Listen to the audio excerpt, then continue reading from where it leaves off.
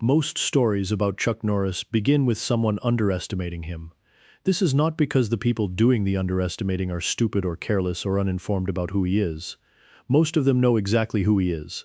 They know the competition record. They know the films.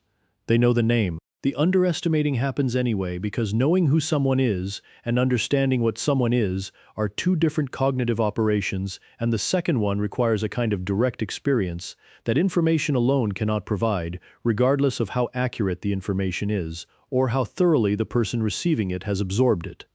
The knowing tells you that Chuck Norris won 6 consecutive World Karate Championships and trained with Bruce Lee and spent 40 years developing physical capability under conditions that did not permit him to be wrong about what he was capable of. The understanding arrives differently.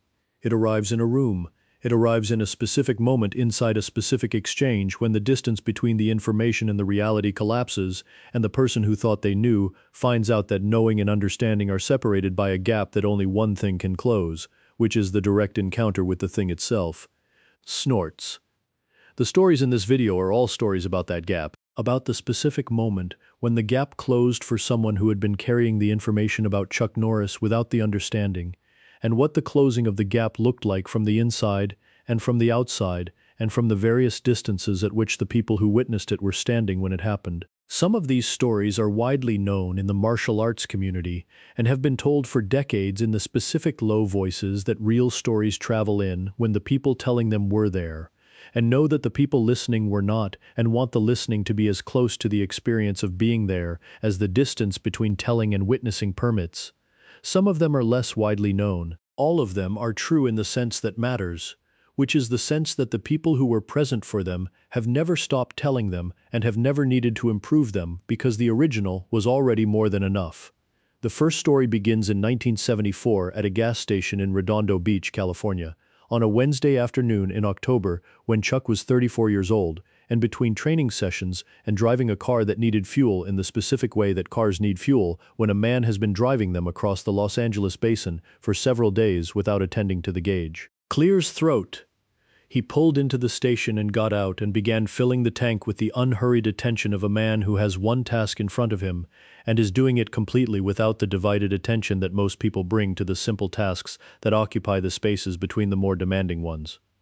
There were 2 other cars at the station, a sedan at the far pump attended by a woman in her 50s who was also filling her tank and watching the numbers on the pump with the specific attention of someone managing a budget carefully, and a pickup truck at the near pump attended by 3 men in their mid-20s who had the specific energy of men who have been drinking in the afternoon and who have reached the specific point in the afternoon drinking, where the energy that the drinking has produced requires an outlet, and the outlet tends to present itself in the form of whoever is nearest and appears to offer the least resistance to the expression of that energy. One of them was large in the way that certain young men are large when they have been large since adolescence and have organized a significant portion of their identity around the social reorganization that the largeness produces in the rooms they enter.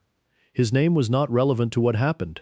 His size was approximately 6'2" and 250 pounds, and his confidence in the social authority that the size provided was approximately complete. Snorts. He walked toward the woman at the far pump. He said something to her. He said it in the tone of a man who has decided that the woman at the far pump is the available outlet for the afternoon's accumulated energy, and who has not yet encountered any information that would suggest a revision of the decision. Chuck heard what was said. He set the fuel nozzle back in the pump. He walked across the station forecourt toward the 3 men with the same unhurried pace that he brought to everything, which was the pace of a man who has decided what he is going to do and is doing it without the acceleration that urgency or anxiety adds to movement. He said something to the large man.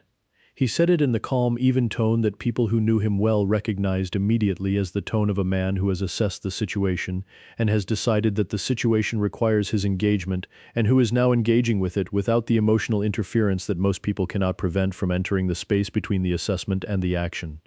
The large man turned around. He looked at Chuck. He made the specific calculation that large men make when a smaller man approaches them in a context that appears to offer the smaller man no particular advantage, which is the calculation of a man who has been large enough for long enough that the calculation has become reflexive rather than deliberate. The calculation concluded in the large man's favor. He said something back. He said it with the recovered confidence of a man who has completed the calculation and is now operating on its conclusion. Clears throat. What happened next happened in a duration that the woman at the far pump described afterward as shorter than the time it took her to understand that something was happening. The large man reached for Chuck's jacket with his right hand. The hand did not reach the jacket. What it reached instead was a wrist lock of the specific variety that a 7th-level Tang Soo Do practitioner applies when a hand comes toward him at the speed and angle that the large man's hand was traveling, which is a lock that takes the incoming hand's own momentum and redirects it through a joint at an angle that the joint was not designed to travel, and that produces in the person whose hand it is an immediate and comprehensive understanding that the direction they were traveling in is no longer available to them. The large man went to one knee on the forecourt of the Redondo Beach gas station. He went there not because Chuck pushed him there or threw him there, but because the joint that the lock had engaged communicated to the rest of his body with a specificity that the rest of his body could not argue with. That one knee on the forecourt was the position that the continuation of the lock required him to be in. Schnorts. Chuck held the lock for the 3 seconds required to make it clear that it was established, and that the establishment was not going to change in any direction that the large man preferred. Then he released it. He said one thing to the large man, which was that the afternoon would probably go better from this point forward if the three of them got back in the truck and continued with whatever they had been planning to do before the gas station. He said it in the same calm, even tone he had used at the beginning. He walked back to his car. He replaced the fuel nozzle in the pump. He completed the transaction. He got in the car and drove out of the station. The large man was still on one knee on the forecourt when Chuck pulled onto the street. The two men with him were standing exactly where they had been standing when Chuck had crossed the forecourt toward them.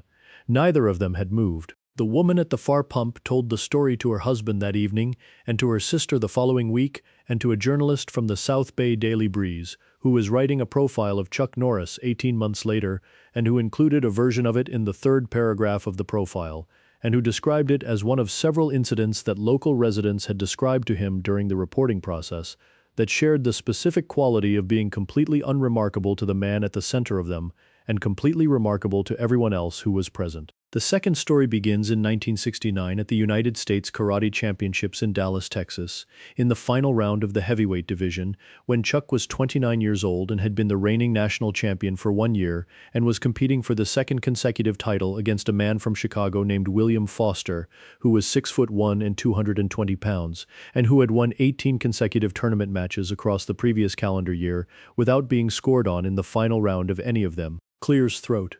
Foster was the most technically complete heavyweight competitor on the national circuit that year by any available measure. His combination work was the best in the division.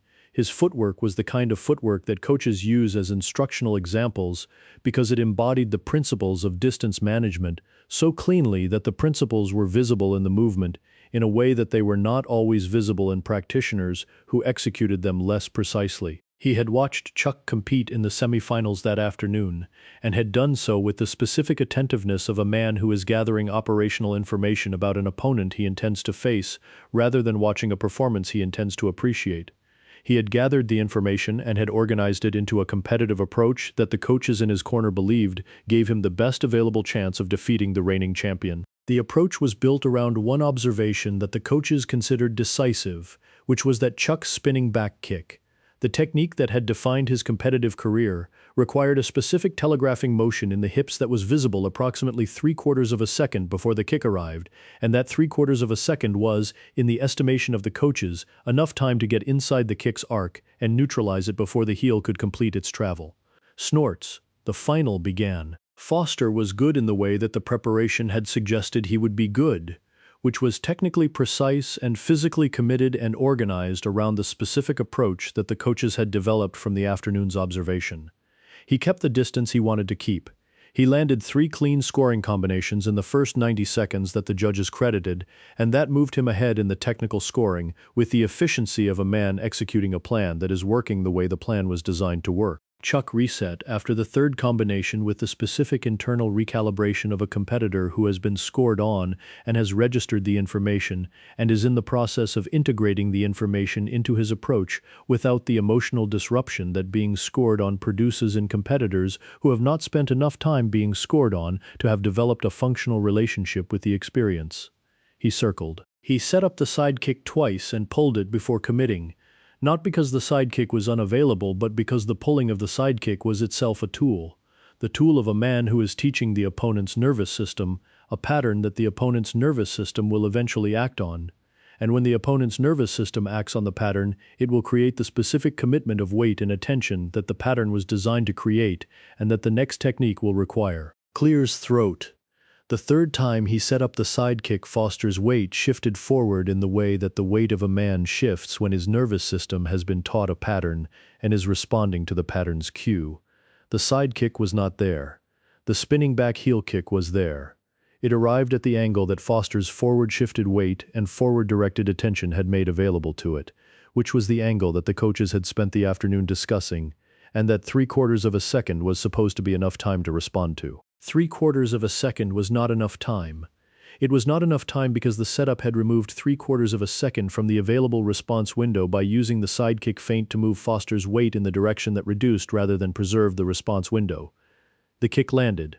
The judges credited it. Chuck won the championship by a margin that the scorecards recorded as definitive and that the coaches in Foster's corner recorded in their own accounting as the education of understanding the difference between observing a pattern and understanding the man who produces the pattern. Snorts. The third story is less well known than the others and has traveled through a smaller network of people because the network of people who were present for it is smaller, which is a network of 6 Marines at Camp Pendleton in the summer of 1978, who were doing a training rotation that included hand-to-hand combat instruction and who encountered Chuck on a Tuesday afternoon in the specific way that people encounter Chuck when the encounter was not planned by either party and becomes something that neither party planned for. Chuck had been invited to the base by the commanding officer of the training battalion, a colonel who had seen him compete in 1971 and who wanted his Marines to have exposure to the quality of physical instruction that competitive martial arts at Chuck's level could provide.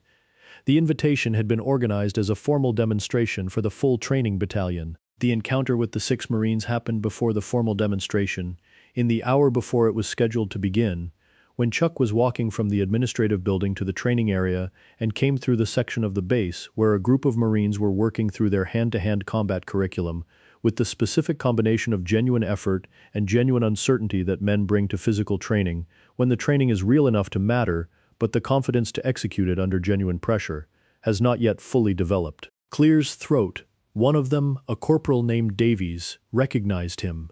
He said his name out loud in the specific way that people say the names of people they recognize when the recognition is surprising enough to bypass the filter between the thought and the speaking. Chuck stopped. He said hello. He spent the next 45 minutes working with the 6 Marines in the section of the base where he had found them, moving through the specific hand-to-hand techniques that their curriculum required them to learn and showing them not the techniques in isolation, which was how the curriculum tended to present them, but the techniques in relationship to each other, which was how the techniques actually worked when the situation required them to work and when the situation was not cooperating with the curriculum's organizational structure. He showed them the distance, he showed them the timing, he showed them the specific quality of commitment that made the difference between a technique that the training floor produced and a technique that a genuine situation required, which was the same quality he had been showing people since he opened his first school in Torrance in the early 1960s, and which he had not stopped showing people in the intervening 15 years because the showing of it was the thing that the practice was for, and the practice did not have a context in which it was not applicable. Snorts. Davies trained seriously for the remaining 2 years of his enlistment. He trained after his enlistment ended. He trained in the specific way that men train when the introduction to the practice was genuine and arrived at the right moment, which is consistently and without requiring the training to produce anything beyond what the training itself produces. He opened a school in San Diego in 1984. He sent the story of the 45 minutes at Camp Pendleton with Chuck Norris in the summer of 1978 into the world through every student he taught across the following decades, not as a story about a famous person he had met, but as a story about what genuine instruction looked like when the person providing it was not providing it for any reason except the honest reason, which was that the practice had something real to offer, and the offering did not require a formal context or a scheduled demonstration or any other organizational structure beyond the 2 people and the available ground. The fourth story happens in 1983 in a restaurant in Westwood, California, on a Friday evening when Chuck was 43 years old and had finished a late production meeting for a film that would eventually become Code of Silence, and was having dinner alone at a corner table with the specific quality of solitary attention that he brought to any activity he engaged in without a professional or social requirement to direct his attention elsewhere, which was the quality of a man who was genuinely present for the meal and for the room around the meal and for the specific quality of the Friday evening in Westwood that the restaurant's windows made available to him as he ate. Clear's throat. A man at the table nearest to his was involved in a conversation with the woman across from him that had been escalating for approximately the 20 minutes that Chuck had been at his own table, escalating in the specific way that conversations escalate when one party has decided that the other party is not going to leave the conversation on their own terms and is using the volume and the insistence of the conversation to prevent the leaving. The woman wanted to leave. This was visible in everything about her that was not her words, in the specific quality of her posture and the direction of her eyes, and the way her hands were positioned on the table, in the specific positioning of a person who has placed their hands where they have placed them, because that placement is the one closest to the edge of the table, and the edge of the table is the closest available point to the outside of the situation. The man across from her did not want her to leave. This was also visible. Snorts. Chuck set his fork down. He did not set it down with any particular emphasis. He set it down in the flat, deliberate way that a man sets down a fork when he has finished with the fork for the moment and has decided what the moment requires instead. He walked to the table. He said something to the man. He said it in the calm, even tone that the people who knew him recognized as the tone of a man who has assessed a situation and has decided what the situation requires and is now requiring it. The man at the table looked up at Chuck with the specific expression of a man who is being interrupted in something he considers private, and who is in the process of determining whether the interruption is something he intends to accommodate or contest. He looked at Chuck for a moment. Something in the looking revised the determination. He said something to the woman. She stood up and walked toward the door. Chuck watched her go and then looked back at the man at the table and said one more thing. He said it in the same tone, and then he walked back to his own table and picked up his fork and continued his meal. The waiter, who had been watching from the service station near the kitchen, told the story to the restaurant's manager. The manager told it to the owner. The owner told it to enough people in enough contexts over the following years that it became one of those stories that circulates through a specific community, in this case the community of people who worked in the restaurant industry in Westwood in the 1980s, with the specific persistence of stories that people tell because the telling of them produces in the listener the same quality that the event itself produced in the teller, which is the quality of understanding something true about a man that the official version of that man does not fully contain. Clear's throat. The fifth story is the one that the people who know the others tend to describe as the one that contains all the others. It happens in 1971 at the Long Beach Internationals, the most prestigious tournament on the American karate circuit, in the open division final, when Chuck was 31 years old and was competing against a man from New York named Jerome Singleton, who was the most athletically gifted competitor on the circuit that year by the assessment of every coach and instructor who had seen him compete. Singleton was 24 years old and 6'1" and had a combination of natural speed and natural timing that the people who watched him move described in the specific terms that people use when they are watching something that exceeds the descriptive vocabulary they have developed for the category it belongs to, which is to say they used more words than normal and the words still fell short. He had been competing seriously for 3 years and had won 11 of the 14 tournaments he had entered and had lost the remaining 3 in final rounds, by margins that the judges had considered close. He had not competed against Chuck before. He had watched Chuck compete many times. He had watched with the specific attentiveness of a man who is studying an opponent he intends to face and who believes that sufficient study will produce sufficient preparation. The study had been thorough. The preparation had been built on the study with the care and the intelligence of a genuinely serious practitioner who understood what preparation required. Snorts. The final began and Singleton was everything the study had suggested he would be. His speed was real in the way that natural speed is real, which is different from the speed that trained movement produces, because natural speed operates below the level of decision in a way that trained speed does not, and therefore produces a different quality of first movement that the opponent's system has to account for differently. He scored in the first 30 seconds. He scored again in the first minute. The crowd at the Long Beach Internationals, which was a crowd of serious practitioners who understood what they were watching, made the specific sound that serious crowds make when they are watching someone do something at a level that the category rarely produces, which is the sound of genuine appreciation rather than entertainment. Chuck reset after the second scoring exchange with the specific internal recalibration of a man who has been competing at the highest level for 9 years and who has developed across those 9 years a functional relationship with the experience of being behind and with the specific process of figuring out from the inside what being behind is telling him about the man across from him that the preparation had not told him. Clears throat. What he found was the thing that natural speed tends to conceal in the men who possess it, which is the thing that natural speed does not require of the men who possess it, and that therefore tends not to be fully developed in them, which is patience. Natural speed creates in its possessor the operational assumption that speed is always the decisive variable, and that the application of speed to any situation will produce the outcome that the situation requires. This is true often enough that the assumption becomes structural before the practitioner has encountered the situations in which it is not true. The situations in which it is not true are the situations where the opponent is not trying to match the speed but is trying to own the specific distance at which the speed becomes available, which is the close distance. The distance where fast hands can arrive before any defensive movement can be initiated, and to replace that distance with a slightly longer distance where the speed cannot complete its travel before the defensive movement that the slightly longer distance makes available can interrupt it. Chuck owned the distance. He owned it the way he had been owning distances in competitive contexts since 1964, which was with the specific economy of a man who has spent so much time managing distance under genuine pressure that the management has migrated below the level of conscious decision and become simply the way his body relates to the body across from him. Snorts. He made Singleton patient. He made him patient by removing the close distance that Singleton's speed required and replacing it with the slightly longer distance at which Chuck's own techniques were most effective, and Singleton's speed could not complete its travel before the defensive movement arrived. Singleton spent the middle period of the final trying to recover the close distance and discovering that the close distance was not available on his terms and that the attempts to recover it were themselves creating the commitments that Chuck's footwork and timing were designed to read and respond to. He was not scored on in the middle period. He also did not score. The crowd was quiet in the way that serious crowds go quiet when they have stopped watching two men compete and have started watching one man teach. In the final exchange of the match, Chuck threw the right sidekick that had made him the most recognized competitor on the American circuit for the previous 5 years. He threw it at the moment that Singleton's weight was committed forward in the specific commitment that the middle period had been building toward. The commitment of a man who has been patient longer than his natural speed told him he needed to be patient, and who has finally decided that the patience has run its course.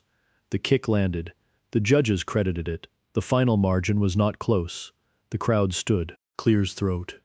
Singleton shook Chuck's hand at the center of the mat with the specific quality of a handshake that contains more than the social convention of a handshake contains, which is the acknowledgement of something that has occurred between the two men, that the handshake is the most honest available language for. He said something to Chuck that the people nearest to them heard as a question. He asked how long it took to develop that quality of distance management. Chuck held the handshake for a moment and looked at Singleton with the expression of a man who is about to say something accurate rather than something encouraging. He said that it took as long as it took and that the taking was the point, and that the man who was impatient with the taking was the man who would always be managed by the man who was not. He released the handshake. He walked off the mat. Singleton stood in the center of the Long Beach International's competition floor for a moment, with the handshake's ending still in his hands, and the answer still arriving in the specific slow way that accurate answers arrive when they have to work against something the nervous system has already decided before the answer gets there. He competed for 4 more years. He won the national championship twice. He became one of the most respected instructors on the West Coast. He told the story of the 1971 Long Beach final to every serious student he taught across the following decades, not as the story of a loss, but as the story of the most complete education he ever received in a single afternoon.